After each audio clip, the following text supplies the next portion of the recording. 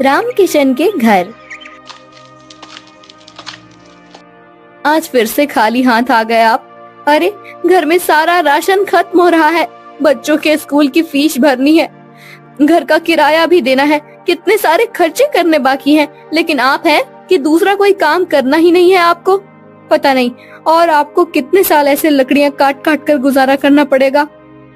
अरे, अब नहीं मिलती ज्यादा लकड़ियां तो क्या करूं? और मैं कोई दूसरा काम नहीं कर सकता, ये तो तुम्हें पता है। लकड़ियां काटना हमारा खानदानी काम है, मैं इसे नहीं छोड़ सकता। तो क्या हम हमेशा ऐसे ही रहेंगे? मैं तंग आ गई हूँ इस गरीबी से। तुम चिंता मत करो, मैंने सुना है कि गांव के बाहर जंगल में कई पेड़ हैं। मैं कल से वहां जाकर लकड़ियां तोड़कर फिर उन्हें बेचकर घर आऊंगा। देखता हूँ थोड़े पैसे मिल जाएं तो। अगली सुबह रामकिशन लकड़ियां तोड़ने अपनी कुल्हाड़ी लेकर जाने लगा। अनीता, कुछ खाने को दे दो, साथ लेकर जाता हूँ। जंगल के बीच पता नहीं कितना समय लगेगा। जी, सब्जी तो नहीं है, सिर्फ सूखी रोटी है, वही ले जाइए। रामकिशन जंगल में आ गया। वह आकर, अरे वाह, यहाँ तो बहुत बड़े बड़े पेड़ हैं। मुझे पहले ही यहाँ आना चाहिए था। अगर पहले आ जाता तो ज्यादा लकड़ियाँ काट कर ज्यादा पैसे कमाता। अनीता की शिकायत भी थोड़ी कम हो जाती। चलो कोई नहीं, पहले नहीं तो अभी ही सही। चलो काम पर लग जाओ रामकिशन। रामकिशन लकड़ियां तोड़ने लगा। बहुत देर लकड़ियां तोड़ने के बाद वो थक गया और बैठ गया। उसने अपनी साथ लाई हुई रोटी खाई और पानी पी लिया। फिर तोड़ी हुई लकड़ियों की 2 गड्डियां बनाई और उन्हें सर पर उठाकर ले जाने लगा। गांव में आकर, लकड़ियाँ ले लो, सूखी हुई लकड़ियाँ ले लो। अरे भाई, लकड़ियाँ ले लो। कोई भी रामकिशन की लकड़ियां नहीं खरीद रहा था। रामकिशन आगे जाने लगा। वो बहुत थक गया था। उसे लग रहा था कि अब इतनी सारी लकड़ियां उसे घर ले जाने पड़ेंगी। तभी, अरे ओ लकड़ी वाले, जरा रुको तो। जी मालिक, आपको लकड़ी चाहिए क्या? हाँ चाहिए तो, लेकिन दाम कितना है एक गड्डी का? जी 50 रुपए। क्या, एक गड्डी का 50 रुपए? ये तो बहुत महंगा है। मालिक, अगर दोनों गड्डियां एक साथ ले लो तो मैं 80 रुपए में दे दूंगा। इतनी महंगी लकड़ी? ये लकड़ी तुम अपने घर में तो नहीं बनाते, ऐसे ही कहीं से तोड़ कर लाते हो? फिर इतने ज्यादा दाम क्यों रखते हो? 60 रुपए में देते हो तो ले लेता हूँ दोनों गड्डियां। मालिक, लकड़ी तो ऐसे ही लाते हैं, लेकिन उसे तोड़ने के लिए मेहनत भी तो लगती है। कितनी दूर जंगल में जाना पड़ता है, सूखा पेड़ ढूंढना पड़ता है, फिर लकड़ी के छोटे छोटे टुकड़े करके उसकी गड्डियां बनानी पड़ती हैं। अब इतनी मेहनत का कुछ तो फल मिलना चाहिए ना। चलो, ये बात भी ठीक है। ना तुम्हारा ना मेरा। तुम ये दोनों गड्डियां मुझे 70 रुपए में दे दो। देखो, वहीं थोड़ी दूर पर मेरा एक ढाबा है। मुझे चूल्हा जलाने के लिए रोज बहुत सारी लकड़ियों की जरूरत पड़ती है। अगर तुम मुझे कम दाम में लकड़ी दे दोगे तो मैं तुमसे ही खरीदूंगा। और चलो, ढाबे पे जो बचा हुआ खाना होगा उसमें से भी थोड़ा तुम्हें दे दूंगा। अब तो ठीक है? ठीक है मालिक, आप 70 रुपए में ले लीजिए ये सब लकड़ियाँ। मैं कल भी आपके ढाबे पर पहुँचा दूंगा। सूखीराम को लकड़ी बेचकर उसके ढाबे से थोड़ा खाना लेकर रामकिशन घर आ गया। ये क्या लेकर आए हैं? खुशबू तो बड़ी अच्छी आ रही है। लगता है आज बहुत ज्यादा पैसे मिले हैं। ज्यादा तो नहीं, लेकिन एक ग्राहक मिला है जिसे रोज लकड़ियों की जरूरत पड़ती है। ये लो, उसी ने ये खाना दिया है और ये 70 रुपए 2 गड्डियों के। क्या 2 गड्डियों से सिर्फ 70 रुपए? आप तो एक गड्डी 50 रुपए में बेचते हो। 30 रुपए का घाटा। अरे वो छोड़ो, ये देखो कि रोज के लिए एक ग्राहक मिल गया। हाँ, पैसे थोड़े कम हैं, लेकिन ठीक है, उसके बदले में खाना भी तो दे रहा है ना। ऐसे ही दिन बीत रहे थे। एक दिन जब रामकिशन लकड़ी तोड़ रहा था, तब उसके हाथ से उसकी कुल्हाड़ी छूट गई और चींटियों के बाम्बी पर गिर गई। उस बाम्बी से कड़कड़ ऐसी आवाज आई। अरे ये क्या? लगता है चींटियों की बनाई हुई ये बाम्बी टूट गई। अब चींटियां बाहर आएंगी और मुझे काटने लगेंगी। चलो, अभी जाता हूँ यहाँ से। रामकिशन जा ही रहा था कि उसे पीछे से आवाज आई। रुको मूर्ख! रामकिशन ने मुड़ कर देखा तो उसके सामने पूरे शरीर पर मिट्टी लगे हुए एक ऋषि खड़े थे। मूर्ख, तूने मेरी बरसों की आराधना को तोड़ दिया है। मुझे माफ कर देना ऋषिवर, मेरे हाथ से ये गलती से कुल्हाड़ी छूट गई और इस छत्ते पर जाकर गिरी। मुझे लगा कि अब ये चींटियां बाहर आकर मुझे काट लेंगी, इसीलिए मैं भाग रहा था। तुझे क्षमा नहीं, दंड मिलेगा। मैं तुझे श्राप देता हूँ कि तू अभी के अभी एक कौवा बन जाए। नहीं नहीं ऋषिवर, मुझे ऐसा श्राप मत दीजिए। मेरे घर पर मेरी बीवी बच्चे हैं, अगर मैं कौवा बन गया तो उनका क्या होगा? क्रोध में आकर मेरे मुख से तुम्हारे लिए ये श्राप निकल गया। अब मैं उसे वापस नहीं ले सकता, लेकिन तुम्हें उसका निवारण बता सकता हूँ। जब भी किसी पुण्य आत्मा के हाथ से तुम खाना खाओगे, तब तुम अपने असली रूप में आ जाओगे। लेकिन ऋषिवर, आप भी तो पुण्य आत्मा हैं। मैं एक ऋषि हूँ। तुम्हें एक ऐसा पुण्य आत्मा ढूंढना है जो बिना किसी स्वार्थ के छोटे से छोटे जीव के प्रति जीव दया रखे। ऋषि के श्राप की वजह से रामकिशन कौवा बन गया। कौवा बनते ही रामकिशन हवा में उड़ने लगा। हे भगवान, ये सब क्या हो गया? अब मुझे कहाँ मिलेगी ऐसी पुण्य आत्मा? रामकिशन उड़ते हुए एक नदी के किनारे पहुंचा। वहां उसने देखा कि कुछ लोग काव काव ऐसे बोलकर कौवे को बुला रहे थे। उनके सामने खाने की चीजें रखी थी। अरे वाह, लगता है ये लोग कौवे को बुलाकर खाना खिला रहे हैं। चलो जाकर देखता हूँ, शायद इनमें से ही कोई वो पुण्य आत्मा हो। रामकिशन वहां आकर थाली में रखा हुआ खाना खाने लगा। अरे ये क्या, इन लोगों ने तो खुद मुझे बुलाया था। वैसे तो लोग कौवे को देखकर उड़ा देते हैं। मैंने तो यहाँ खाना खा लिया, लेकिन फिर भी मैं कौवा ही बना हूँ। चलो कहीं और जाकर देखना पड़ेगा। रामकिशन वहां से उड़कर आगे जाने लगा। आगे जाकर रामकिशन सूखी राम के ढाबे के पास चला गया। अरे मैं कितना बुद्धू हूँ। सूखी राम तो रोज मेरे और मेरे परिवार के लिए खाना देता है, तो उससे बड़ी पुण्य आत्मा तो कोई और हो ही नहीं सकता। देखता हूँ कि कब सूखी राम बाहर आकर खाना डालता है। उसके हाथों का खाना खाकर तो मैं तुरंत ही फिर से इंसान बन जाऊंगा। रामकिशन वहीं एक पेड़ के टहरी पर बैठकर इंतजार करने लगा। कुछ देर के बाद सूखी राम हाथ में कुछ थालियां लेकर आया और उसने उन थालियों को बाहर धोने के लिए रख दिया। सूखी राम के जाते ही रामकिशन ने वहां आकर थाली में बचा हुआ खाना खा लिया, लेकिन फिर भी वो वैसे के वैसे ही था। रामकिशन उड़ते उड़ते ऋषि के पास आया और ऋषिवर, आपने तो कहा था कि मुझे ऐसी पुण्य आत्मा ढूंढना है जो किसी भी जीव के प्रति जीव दया रखे। आज मुझे नदी के किनारे कुछ लोग दिखे जो कौवे को बुला बुलाकर खाना दे रहे थे। मैंने उनके पास जाकर उनकी थाली में से खाना खा लिया। फिर मैं सूखी राम के ढाबे पर गया। सूखी राम तो मुझे रोज खाना देता है। वो सारी थालियां पंछी, कुत्ते, बिल्लियों के लिए रख देता है। मैंने उसकी हाथ की थाली से भी खाना खा लिया, फिर भी मैं इंसान क्यों नहीं बना? बेटा, तुम जिन लोगों के बारे में बात कर रहे हो, उन दोनों के दिलों में स्वार्थ की भावना थी। पहले तुम नदी तट पर गए। वहां के लोग उनके किसी परिजन की आत्मा की शांति के लिए श्राद्ध कर्म कर रहे थे। उसमें उनका स्वार्थ था कि उन्हें पितृदोष ना लगे। वहीं सुखी राम कुत्ते, बिल्ली और पंछियों को जो खाना छोड़ता है, वो बाकी लोगों की खाई हुई थाली में बचा हुआ होता है। अगर सुखी राम के मन में जीव दया होती तो वो उनके लिए अलग से थाली बनाकर रखता। इसीलिए वो दोनों भी पुण्य आत्मा नहीं हो सकते। तुम्हें और खोज करनी होगी। ऋषि की बात समझकर रामकिशन फिर से पुण्य आत्मा की खोज में उड़ने लगा। गांव से बहुत दूर उसे एक छोटा सा झोपड़ा दिखाई दिया। झोपड़े के छत पर जाकर बैठ गया। उसने देखा कि उस झोपड़े के आंगन में पानी और अनाज की छोटी छोटी कटोरियां रखी हुई थी। तभी उसे कुछ आवाज सुनाई दी। अरे, ये आप क्या कर रहे हैं जी? यहाँ तो हमारे खाने के लाले पड़े हैं और आप ये रोज रोज पंछियों के लिए अनाज के दाने रख रहे हैं। घर में सिर्फ 4 मुट्ठी चावल थे, उसमें से आप 2 मुट्ठी इन कटोरियों में रख दिए। अब हम क्या खाएंगे? मुझे पता है कि घर में अनाज नहीं बचा है, लेकिन जब खुद का पेट भरा हुआ हो तब भूखे को खाना खिलाने में क्या मजा है। असली इंसानियत तो वो है जब हम खुद आधे पेट रहें और भूखे का पेट भरने में मदद करें। लेकिन हम ही क्यों जी, दुनिया में करोड़ों लोग हैं, वो भी इन पक्षी और जानवरों के बारे में सोच सकते हैं।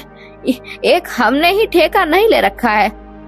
अगर हर कोई यही सोचे तो इस दुनिया में इंसानियत का नामो निशान मिट जाएगा। एक बात बताओ, ये पंछी जानवर गांव और शहर में क्यों आते हैं? क्योंकि हम इंसानों ने इनके रहने खाने की जगह छीन ली है। पहाड़ तोड़कर, जंगल काटकर, नदी तालाबों को पीछे हटाकर वहां पर सड़कें, ऊंची ऊंची इमारतें बना दी। पेड़ काटते समय किसी ने भी ये नहीं सोचा कि इन पेड़ों पर पंछियों का बसेरा होगा। पेड़ों पर लगने वाले फलों से भूख मिटाते होंगे। सबको सिर्फ अपनी तरक्की चाहिए, फिर चाहे किसी का घर ही टूट जाए। लेकिन मैं ऐसा नहीं सोचता। कुदरत ने जितना हक हमको दिया है यहाँ रहने का, उतना ही उन सभी जीवों को भी दिया है। हमारा क्या है, हम तो बूढ़े हो गए हैं, पता नहीं और कितनी जिंदगी बाकी है। लेकिन जब तक जिंदा हैं, तब तक इन्हें खाना खिलाकर संतोष मिलेगा मुझे। ऐसा कहकर दादा अनाज खाते हुए पंछियों को प्यार से निहारने लगे। रामकिशन भी नीचे आकर उनके रखे हुए एक कटोरी से खाना खाने लगा। अनाज का एक दाना उसके मुंह में जाते ही रामकिशन पहले जैसा बन गया, उसे ऐसे अचानक देखकर। अरे ये क्या, कौन हो तुम और ऐसे अचानक कैसे प्रकट हो गए? आप सच में एक पुण्य आत्मा हैं। मैं आपको सब बताता हूँ। पहले मैं आपका धन्यवाद करना चाहता हूँ। आपकी वजह से मैं असली रूप में आ गया। आपका बहुत बहुत धन्यवाद। फिर रामकिशन ने रिसीवर वाली सारी कहानी दादाजी को बताई। ऐसी कोई बात नहीं बेटा, मैं तो सिर्फ अपना कर्म कर रहा हूँ। नहीं बाबा, आप नहीं जानते कि आपने मुझ पर कितने उपकार किए हैं।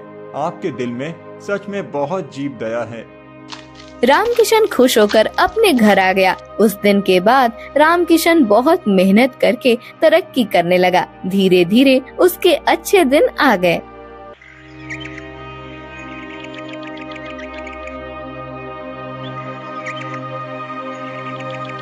भोला सुबह सुबह अपने कुल्हाड़ी को लेकर जंगल की ओर जाने लगा। भोला रोज लकड़ियां तोड़कर लाता और गांव में जाकर बेचता। जो भी थोड़े पैसे मिलते उससे जैसे तैसे अपना पेट भरता। उस दिन जब भोला लकड़ी काटने गया, उसने देखा कि बहुत सारे पेड़ पहले से ही कटे हुए हैं। फिर अरे ये क्या, लगता है आज कलुआ मुझसे पहले आकर लकड़ियां तोड़कर चला गया। वैसे भी कलुआ को तो मुझसे बहुत ज्यादा लकड़ियों की जरूरत होती है, इसीलिए आया होगा। चलो अब जंगल के और अंदर जाना होगा। भोला और अंदर चला गया। उसने देखा कि बीच जंगल में बहुत से पेड़ थे। उन पेड़ों को देखकर, अरे वाह, यहाँ पर तो बहुत सारे पेड़ हैं। अगले 2 महीनों तक भी रोज लकड़ियाँ काटूं तो भी कम नहीं पड़ेंगी।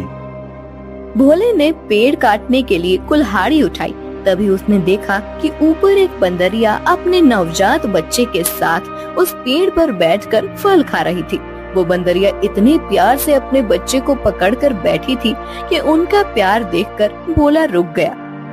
ये क्या करने जा रहा था मैं? अगर मैंने ये पेड़ काट दिया, माँ बंदरिया और उसके बच्चे का घर टूट जाएगा। नहीं, मुझे ऐसा नहीं करना चाहिए। शायद इस पेड़ पर बहुत सारे फल हैं, इसीलिए ये बंदरिया यहाँ रहती होगी।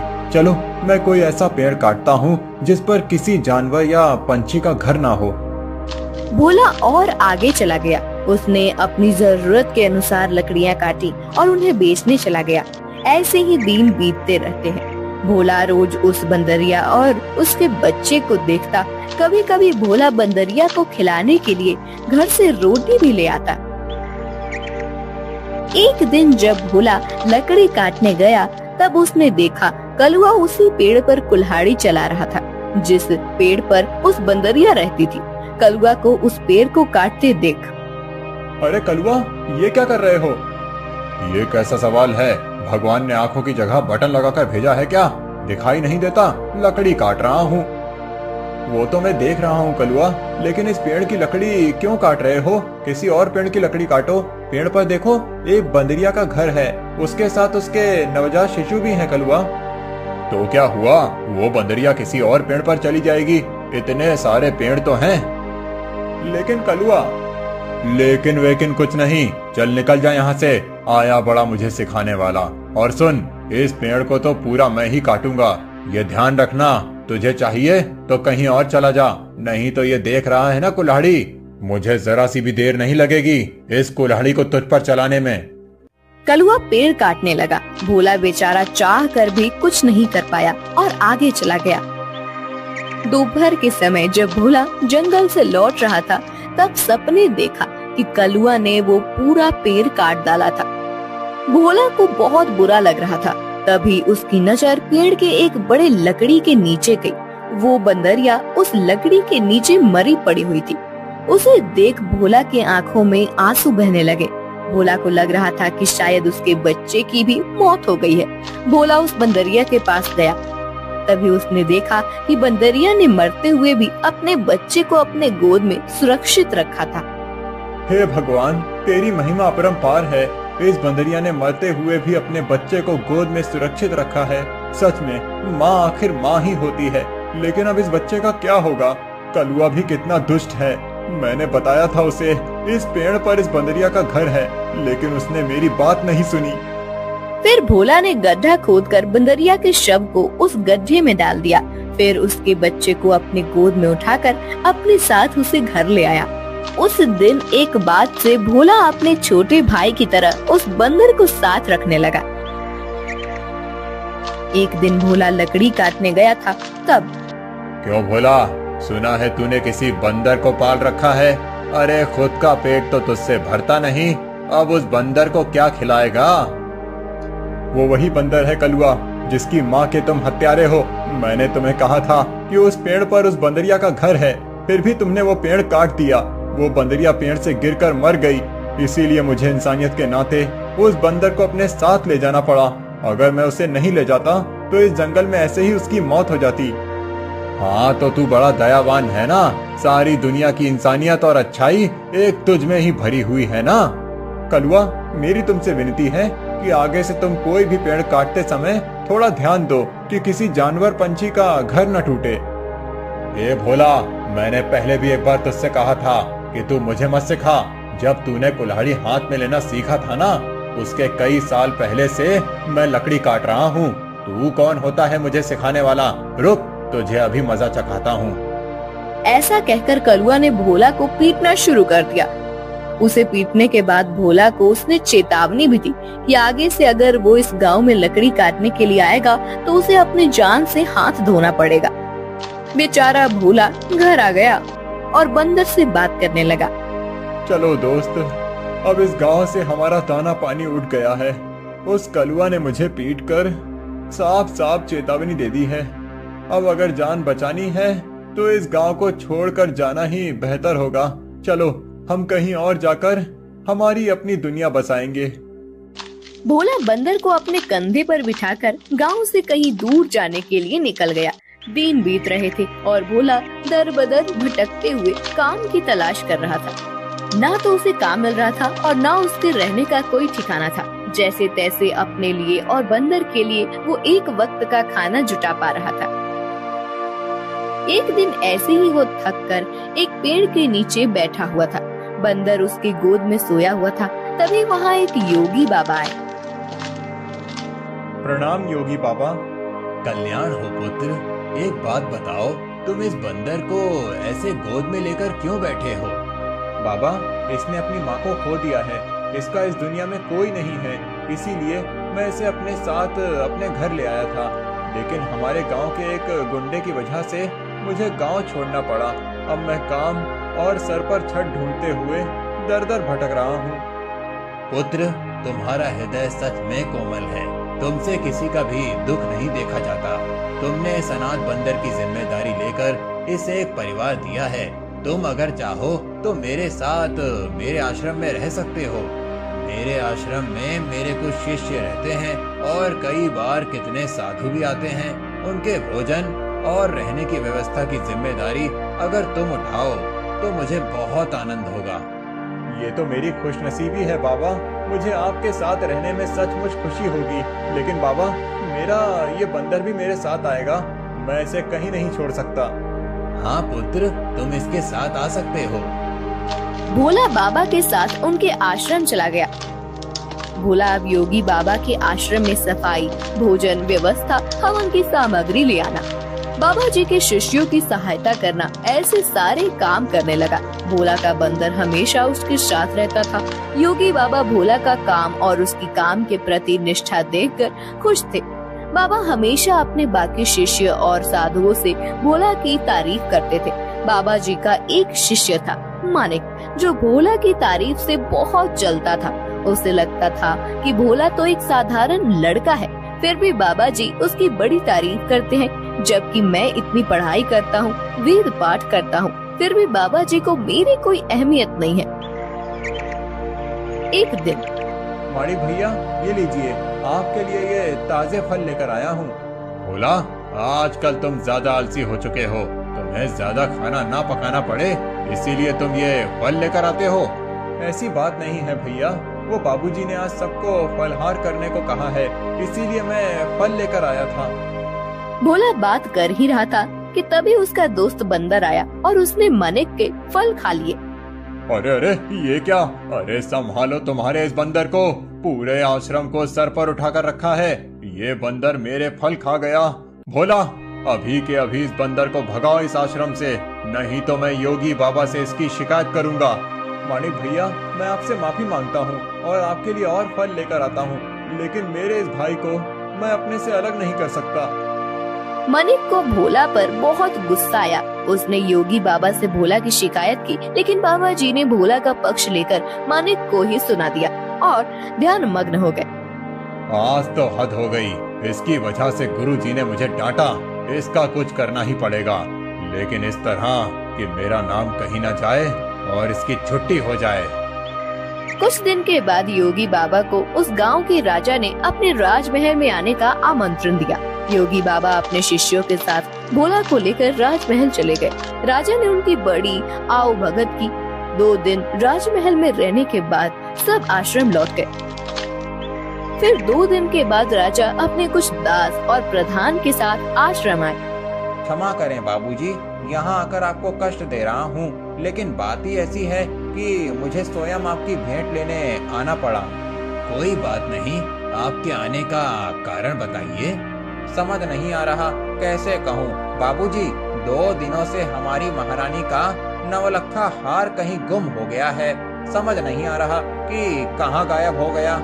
साफ साफ बताइए कि आप क्या कहना चाहते हैं। क्या हमारे जाने के बाद से वो हार गुम हुआ है? सच कहूँ तो हाँ। मतलब हम में से किसी ने वो हार चुराया है, ऐसा कहना है आपका?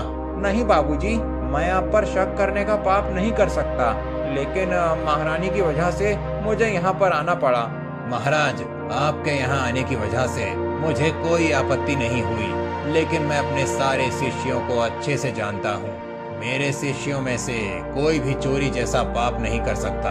फिर भी अगर आपको तसल्ली ना हो तो आप सबकी तलाश ले सकते हैं। राजा के साथ आए हुए दासों ने सबकी तलाशी ली। तब उन्हें भोला की झोली में वो 9 लखा हार छुपाया हुआ मिला। वो भोला को पकड़कर ले गए। छोड़ो मुझे, मैंने कुछ नहीं किया है। बाबूजी, मैं सच कह रहा हूँ, मैंने चोरी नहीं की। भोला, तुमने चोरी की है? मैं सोच भी नहीं सकता था कि तुम इतनी गिरी हुई हरकत कर सकते हो। नहीं नहीं माणिक भैया, मैं सच कह रहा हूँ, मैंने कुछ नहीं किया। मैंने उस हार को देखा भी नहीं था। बाबूजी, ये लड़का रंगे हाथों पकड़ा गया है। अब मैं कुछ नहीं कर सकता। मुझे इसे सजा दिलाने के लिए महल लेकर जाना होगा। बाबूजी, मुझे बचा लीजिए, मैंने सच में कुछ नहीं किया। आप मुझे जानते हैं, मैं चोरी के बारे में सोच भी नहीं सकता। बुरे से बुरे वक्त में भी मैंने चोरी नहीं की, तो अब क्या करूँगा, मेरा विश्वास कीजिए। राजा के दास भोला को ले जाने लगे। तभी उनके पीछे से आवाज आई, रुकिए, मेरे भाई ने चोरी नहीं की है। सबने पीछे मुड़कर देखा। भोला का बंदर पीछे खड़ा होकर बोल रहा था, महाराज, मेरे भाई ने चोरी नहीं की है। ये हार किसी ने जानबूझकर उसके झोले में डाला है। ये क्या, एक बोलने वाला बंदर? हाँ, मैं एक बोलने वाला बंदर हूँ। मेरे बचपन से लेकर भाई मुझसे बात करते आए हैं। ये रोज मुझसे ढेर सारी बातें करते हैं।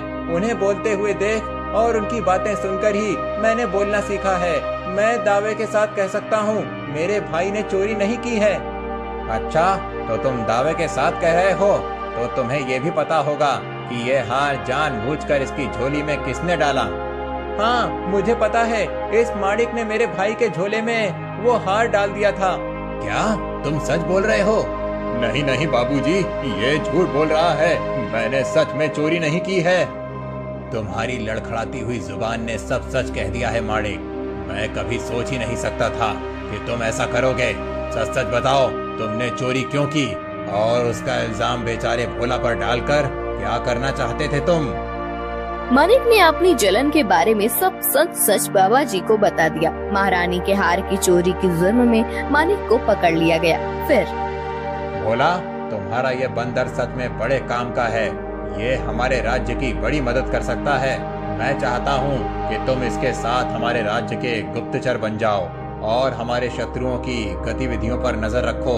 इस बंदर पर किसी को शक नहीं होगा और तुम आसानी से सब पर नजर रख पाओगे। इस काम के बदले में तुम्हें बहुत धन दिया जाएगा। राजा जी की बात भोला को सही लगी। योगी जी ने उसमें हामी भरी। भोला अब राज्य का पहला ऐसा गुप्तचर बन गया जिसका साथ ही एक बंदर था।